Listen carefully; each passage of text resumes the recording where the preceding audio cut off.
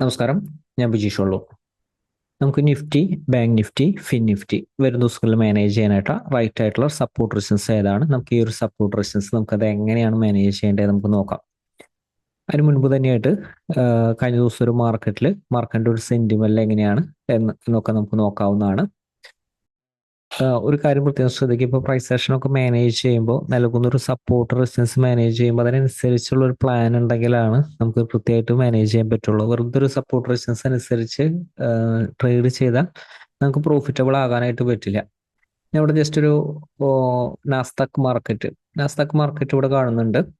ഇതൊരു 5 minute time frame ആണ്. അതായത് 5 മിനിറ്റ് ടൈം ഫ്രെയിമിലാണ് ഇത് കാണുന്നത്. ഇത് ഓൾമോസ്റ്റ് നിഫ്റ്റിയുടെ പോലെ തന്നെയാണ് വർക്ക് ചെയ്യുന്നത്. കാരണം ഗ്യാപ്പ് അപ്പും ഗ്യാപ്പ് ഡൗൺ ഓപ്പണിംഗ് ആയിട്ട് വർക്ക് ചെയ്യാറുണ്ട്. ഇന്ന് ഓപ്പൺ ചെയ്തത് ഇവിടെയാണ്, റെസിസ്റ്റൻസിന്റെ മുകളിലാണ്. പക്ഷേ ഈ ഒരു സിറ്റുവേഷനിൽ, ഈ നാസ്തക് മാർക്കറ്റിന്റെ ഈ ഒരു സിറ്റുവേഷനിൽ ഷോർട്ട് സെല്ലിന്റെ ഒരു ഓപ്പർച്യൂണിറ്റി ഇവിടെ ഇവിടെ ആക്റ്റീവ് ആവില്ല. കാരണം ഇത് വളരെ സ്ട്രോങ് ആയിട്ടുള്ളൊരു ട്രെൻഡാണ്. ഇതേപോലെ ഈ ഒരു ലെവലിൽ നിന്ന് ഷോർട്ട് സെൽ ആക്റ്റീവ് ആവില്ല. ഷോർട്ട് സെൽ ആക്റ്റീവ് ആകണമെങ്കിൽ റൈറ്റ് ആയിട്ട് സപ്പോർട്ടിന്റെ താഴത്തേക്ക് പോകണം. ഇവിടെയാണ് ഒരു സപ്പോർട്ട് വരുന്നത്. അപ്പോൾ നസാക്ക് മാർക്കറ്റ് ആയാലും ഈ ഒരു സപ്പോർട്ടിന്റെ അടുത്ത് നിന്നായാലും ഒരു ബൗൺസ് ചെയ്യാനായിട്ട് ശ്രമിച്ചുകൊണ്ടിരിക്കും. കറണ്ട് ടു ട്രെൻഡ് ബൈലുള്ളത് കൊണ്ടാണ്. പിന്നെ ഇതേപോലത്തെ മാർക്കറ്റ് സിറ്റുവേഷനിലാണ് നാസ്തക് മാർക്കറ്റ് വർക്ക് ചെയ്യുന്നത്. അപ്പൊ അതുകൊണ്ടാണ് ഈ ഒരു സിറ്റുവേഷനിൽ മാനേജ് ചെയ്യുന്നത്. അപ്പോൾ മാർക്കറ്റിന്റെ ഓരോ സിറ്റുവേഷൻ അനുസരിച്ചാണ് നമ്മൾ ആ ഒരു സപ്പോർട്ട് റെസിസ്റ്റൻസ് നൽകുന്നത്.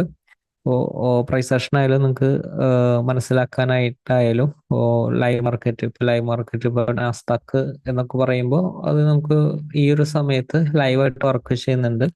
നിങ്ങൾക്കായാലും നോക്കുന്ന ഒരു സമയത്ത് പഠിക്കാനും പ്രാക്ടീസ് ചെയ്യാനും ഒക്കെ നാസ്തക് മാർക്കറ്റ് വളരെ നല്ലതാണ്. കാരണം ഇത് ഓൾമോസ്റ്റ് നിഫ്റ്റിയുടെ പോലെ തന്നെയാണ് വർക്ക് ചെയ്യുക. സപ്പോർട്ട് റെസിസ്റ്റൻസ് ഞാൻ ഈവനിങ് ടൈമിലൊക്കെ നാസ്തക് മാർക്കറ്റ് നോക്കിയിട്ടാണ് മാർക്കറ്റിന്റെ പ്രൈസ് ആക്ഷനും മൊമെന്റും ഒക്കെ പ്രാക്ടീസ് ചെയ്തിരുന്നത്. വർഷങ്ങളോളം പ്രാക്ടീസ് ചെയ്തിട്ടുണ്ട്.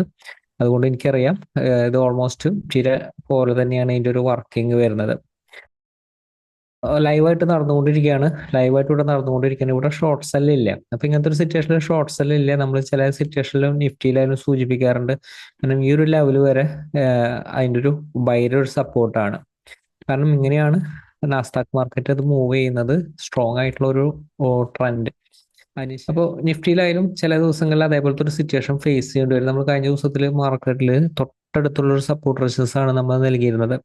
തൊട്ടടുത്തൊരു സപ്പോർട്ട് റെസിസ്റ്റൻസ് എന്ന് പറയുമ്പോൾ 24,275 നമ്മളൊരു സപ്പോർട്ട് റെസിസ്റ്റൻസ് നൽകിയപ്പോൾ തന്നെ നമ്മൾ സൂചിപ്പിച്ചായിരുന്നു എന്തുകൊണ്ടാണ് തൊട്ടടുത്തുള്ള ഒരു സപ്പോർട്ട് റെസിസ്റ്റൻസ് നൽകുന്നതെന്ന്. നെക്സ്റ്റ് ഡേ മാർക്കറ്റ് കണ്ടാൽ നിങ്ങൾക്ക് മനസ്സിലാവുമെന്ന്. 24,310 റെസിസ്റ്റൻസിന്റെ അടുത്തുനിന്ന് തുടക്കത്തിൽ ഒരു പ്രോഫിറ്റ് ബുക്കിംഗ് വന്ന് എക്സാക്റ്റ് ആയിട്ട് 24,275 ബൗൺസ് ചെയ്തു. അതിനുശേഷം ഈ ഒരു ബൗൺസ് 310 മുകളിലേക്ക് സസ്റ്റെയിൻ ചെയ്യാനായിട്ട് നിലനിൽക്കാനായിട്ട് സാധിച്ചിരുന്നില്ല. അതിനുശേഷം 24,245 ബൗൺസ് ചെയ്ത് 245 സപ്പോർട്ട് ഇട്ട് കഴിഞ്ഞാൽ മനസ്സിലാവും അവസാനത്തെ ഒരു സെക്ഷൻ. അപ്പോൾ ഇവിടെ തൊട്ടടുത്താണ് സപ്പോർട്ട് റെസിസ്റ്റൻസ് വന്നിരിക്കുന്നത്. ഒരു ജസ്റ്റ് ഒരു 30 പോയിന്റ് ഡിഫറൻസിലാണ് സപ്പോർട്ട് റെസിസ്റ്റൻസ്. പക്ഷേ രണ്ട് സപ്പോർട്ട് റെസിസ്റ്റൻസും അവിടെ എക്സാക്റ്റ് ആയിട്ട് വർക്ക് ചെയ്തു. അപ്പൊ നമുക്ക് മാർക്കറ്റിന്റെ ഒരു സിറ്റുവേഷൻ മനസ്സിലാക്കിയിട്ടാണ് നമ്മൾ ഓരോ സപ്പോർട്ട് റെസിസ്റ്റൻസ് നൽകുന്നത്. നമ്മൾ മുൻപത്തെ ഒരു ദിവസങ്ങളിലായാലും നമ്മൾ ഇവിടെ റെസിസ്റ്റൻസ് നൽകി, അതിനുശേഷം അടുത്ത സപ്പോർട്ട് നൽകിയത് ഇവിടെയാണ്. അപ്പോൾ ഓരോ സിറ്റുവേഷൻ അനുസരിച്ചാണ് മാർക്കറ്റ് എന്താണോ, ട്രെൻഡ് എന്താണോ, ഏതൊരു ടൈപ്പ് ഒരു ട്രെൻഡാണ് എന്നൊക്കെ നോക്കിയിട്ടാണ് വോളറ്റാലിറ്റി എന്താണ്. മാർക്കറ്റിൽ കുറച്ച് വോളറ്റാലിറ്റി കൂടാനായിട്ടൊരു സാധ്യതയുണ്ട്. VX കഴിഞ്ഞ ദിവസത്തിൽ ഇന്ന് ഇൻക്രീസ് ചെയ്തിട്ടുണ്ട്. അതിനനുസരിച്ചായിരിക്കും നമ്മൾ ആ ഒരു സപ്പോർട്ട് റെസിസ്റ്റൻസും നൽകുന്നത്. എന്നാലും കൺജസ്റ്റഡ് ആയിട്ടുള്ള ഒരു സപ്പോർട്ട് റെസിസ്റ്റൻസ് നിഫ്റ്റിയിൽ നിലനിൽക്കുന്നുണ്ട്. ഈ ഒരു സപ്പോർട്ട് റെസിസ്റ്റൻസ് നമുക്കത് എങ്ങനെയാണ് മാനേജ് ചെയ്യേണ്ടത്. മാത്രമല്ല, നമ്മൾ ഈ ഒരു സപ്പോർട്ടിനെ കുറിച്ച് സൂചിപ്പിച്ചത് ഇവിടുന്ന് ബൗണ്ട് ചെയ്യുന്ന കാട്ടി മുൻപ് തന്നെ സൂചിപ്പിച്ച 24,20 ഇമ്പോർട്ടന്റ് ആയിട്ടുള്ള സപ്പോർട്ട് ലെവല്. അതിന്റെ ഒരു താഴെ വന്നിട്ടായിരിക്കും ബൗൺസ് എന്ന് നമ്മളത് സൂചിപ്പിച്ചായിരുന്നു. മാർക്കറ്റ് ഇവിടെ കുറച്ച് സമയമായിട്ടൊരു സ്ട്രഗിൾ ചെയ്തുകൊണ്ട് നിലനിൽക്കുകയാണ്. അപ്പോൾ ഈ ഒരു മാർക്കറ്റ് നമുക്ക് എങ്ങനെയാണ് മാനേജ് ചെയ്യേണ്ടത് നമുക്ക് നോക്കാം. റൈറ്റ് ആയിട്ടുള്ള സപ്പോർട്ട് റെസിസ്റ്റൻസ് ഏതാണ്?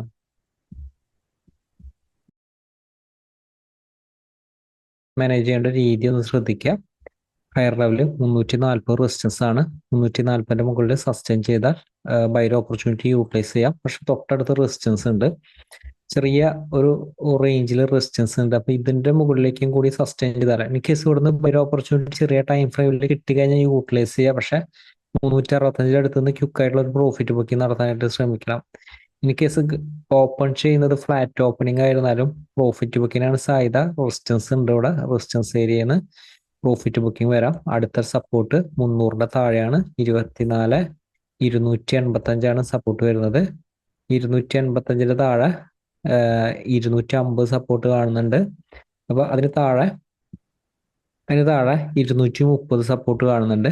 അതിന് താഴെ 205 സപ്പോർട്ട് കാണുന്നുണ്ട്. 180, 180 തൊട്ടടുത്ത് സപ്പോർട്ട് ഉണ്ട്. പക്ഷെ പ്രത്യേകം ശ്രദ്ധിക്കുക, മാനേജ് ചെയ്യേണ്ട രീതി ശ്രദ്ധിക്കുക. അതായത് രണ്ട് റെസിസ്റ്റൻസുകൾ തുടർച്ചയായിട്ട് ബ്രേക്ക് ചെയ്താൽ ബൈർ ഓപ്പർച്യൂണിറ്റി യൂട്ടിലൈസ് ചെയ്യുക. അതായത് 24,250 ഓപ്പൺ ചെയ്യുന്നത്, 50ന്റെ മുകളിലാണ് ഓപ്പൺ ചെയ്യുന്നതെങ്കിൽ ഈ 285 മുകളിലേക്ക് സസ്റ്റെയിൻ ചെയ്ത ഒരു ക്യാൻഡിൽ ക്ലോസ് ചെയ്താൽ ബൈർ ഓപ്പർച്യൂണിറ്റി യൂട്ടിലൈസ് ചെയ്യാം. ഇൻ കേസ് 230 താഴെയാണെങ്കിൽ 205 കൂടി ബ്രേക്ക് ചെയ്താൽ ഷോർട്ട്സിന്റെ ഓപ്പർച്യൂണിറ്റി യൂട്ടിലൈസ് ചെയ്യാൻ പ്രത്യേകം ശ്രദ്ധിക്കാം. ഇവിടെ സപ്പോർട്ട് ഉണ്ട്. സപ്പോർട്ട് ഉള്ളത് കൊണ്ട് തന്നെ ഈ ഒരു സപ്പോർട്ട് സസ്റ്റെയിൻ ചെയ്യുന്നുണ്ടോ എന്ന് നോക്കുക. മാർക്കറ്റിന്റെ ഒരു വോളറ്റാലിറ്റി ഒരു ഹൈ ആകുന്ന ഒരു സമയത്ത്, മാർക്കറ്റിൽ നല്ലൊരു വോളിയം വരുന്ന ഒരു സമയത്ത് ഈ സപ്പോർട്ട് ഈസി ആയിട്ട് ബ്രേക്ക് ചെയ്ത് പോകുന്നത് കാണാനായിട്ട് സാധിക്കും. വരാൻ പോകുന്ന ഒരു ദിവസങ്ങളിലായാലും ഇങ്ങനത്തെ ഒരു സപ്പോർട്ട് റെസിസ്റ്റൻസ് വളരെ ഈസി ആയിട്ട് ബ്രേക്ക് ചെയ്ത് പോകുന്നത് കാണാനായിട്ട് സാധിക്കും. ഇൻ കേസ് ഓപ്പൺ ചെയ്യുന്ന ഗ്യാപ് ഡൗൺ ഓപ്പണിംഗ് ആണ്, 200 താഴെ ആയാലും ബൈര ഓപ്പർച്യൂണിറ്റി 205 മുകളിലേക്ക് സസ്റ്റെയിൻ ചെയ്താൽ എടുക്കാം. 180 മുകളിലേക്കല്ല, 24,180 മുകളിൽ സസ്റ്റെയിൻ ചെയ്തുകൊണ്ട് ബൈര ഓപ്പർച്യൂണിറ്റി എടുക്കരുത്. 205 മുകളിലാണ് ഈ ഒരു അതായത് 180 താഴെയാണ് ഓപ്പൺ ചെയ്യുന്നതെങ്കിൽ ഇതൊരു റേഞ്ച് ആയിട്ട് ആക്ട് ചെയ്യും. 205, 180 എന്ന് പറയുന്നത് നമ്മൾ കഴിഞ്ഞ ദിവസത്തിലും പറഞ്ഞായിരുന്നു. 200 സപ്പോർട്ട്, മെയിൻ ആയിട്ടുള്ള 200 സപ്പോർട്ട് 200 തൊട്ട് താഴെയാണ് വരുന്നത്. അപ്പൊ അതുകൊണ്ട് 180 താഴെയാണ് ഷോർട്ട്സ് എല്ലാം. 180 താഴെ ഓപ്പൺ ചെയ്താൽ ചെറിയ ടൈമിലെ ഷോർട്ട്സിന്റെ ഓപ്പർച്യൂണിറ്റി യൂട്ടിലൈസ് ചെയ്യാം. 150 കൂടി ബ്രേക്ക് ചെയ്തിട്ടുണ്ടോ നോക്കുക. 150 ബ്രേക്ക് ചെയ്താൽ അടുത്ത സപ്പോർട്ട് 200 സപ്പോർട്ടാണ്. അതിനുശേഷമുള്ള സപ്പോർട്ട് കഴിഞ്ഞ ദിവസം നൽകിയിരിക്കുന്ന ഒരു സപ്പോർട്ടുകൾ നോക്കുക. കഴിഞ്ഞ ദിവസം നൽകിയിരിക്കുന്ന ഒരു സപ്പോർട്ടുകൾ വർക്ക് ചെയ്യും. അപ്പൊ അതേപോലെ തന്നെ ഓപ്പൺ ചെയ്യുന്നത് ഈ ഒരു രണ്ട് റേഞ്ചിന്റെ ഇടയിലാണെങ്കിൽ വെയിറ്റ് ചെയ്യുക. റൈറ്റ് ആയിട്ടുള്ള സപ്പോർട്ട് റെസിസ്റ്റൻസിന്റെ അടുത്ത് നിന്നുള്ള ഒരു ഓപ്പർച്യൂണിറ്റിക്ക് ആയിട്ട് വെയിറ്റ് ചെയ്യുക. ഈ രണ്ട് റേഞ്ചിന്റെ ഇടയിൽ ട്രേഡ് ചെയ്യാതിരിക്കുന്നതാണ് ഏറ്റവും ബെറ്റർ. അപ്പൊ എപ്പോഴും ഷോർട്ട്സിന്റെ ഓപ്പർച്യൂണിറ്റി 285 താഴത്തേക്ക് സസ്റ്റെയിൻ ചെയ്താലാണ്. പക്ഷെ പ്രത്യേകം ശ്രദ്ധിക്കണം, 250 ഒരു സപ്പോർട്ട് ഉണ്ട്. പക്ഷെ ഈ ഒരു സപ്പോർട്ടിന്റെ അടുത്ത് നിന്നാണ് വരുന്നത്, അതായത് 340 സപ്പോർട്ടിന്റെ റെസിസ്റ്റൻസിന്റെ അടുത്ത് നിന്നാണ് വരുന്നതെങ്കിൽ 285 ബ്രേക്ക് ചെയ്താൽ ഷോർട്ട്സിന്റെ ഓപ്പർച്യൂണിറ്റി യൂട്ടിലൈസ് ചെയ്യാം. അതേപോലെ തന്നെ 230 സപ്പോർട്ടിന്റെ അടുത്ത് നിന്നാണ് ബൗൺസ് ചെയ്യുന്നത്.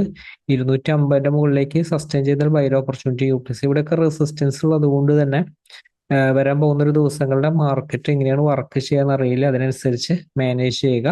പക്ഷെ നിഫ്റ്റിയുടെ സപ്പോർട്ട് റെസിസ്റ്റൻസ് ആയിട്ട് ഇത് തന്നെയാണ് റൈറ്റ് ആയിട്ട് വർക്ക് ചെയ്യുക.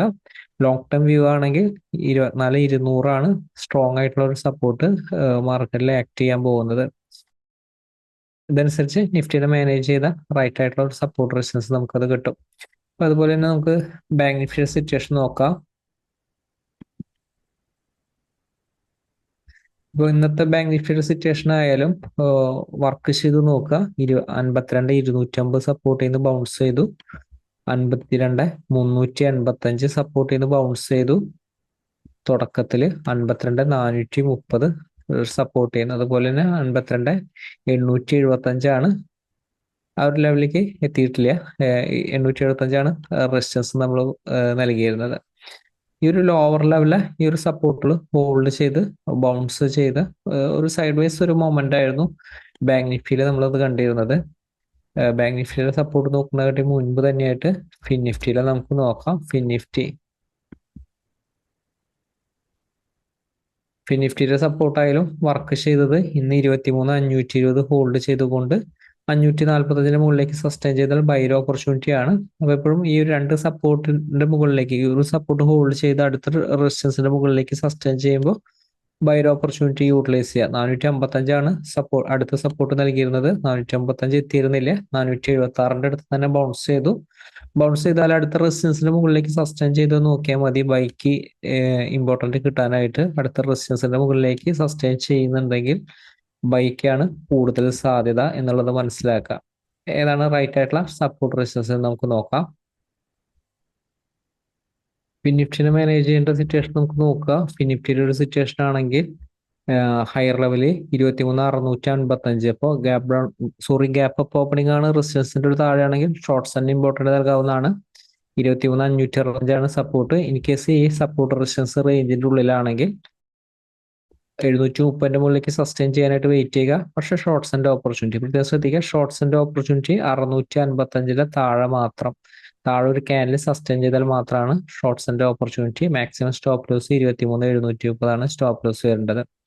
ഓപ്പൺ ചെയ്യുന്നത് ഗ്യാപ് ഡൗൺ ഓപ്പണിംഗ് ആണ്. 23,450 മുകളിലാണെങ്കിൽ വെയിറ്റ് ചെയ്യുക.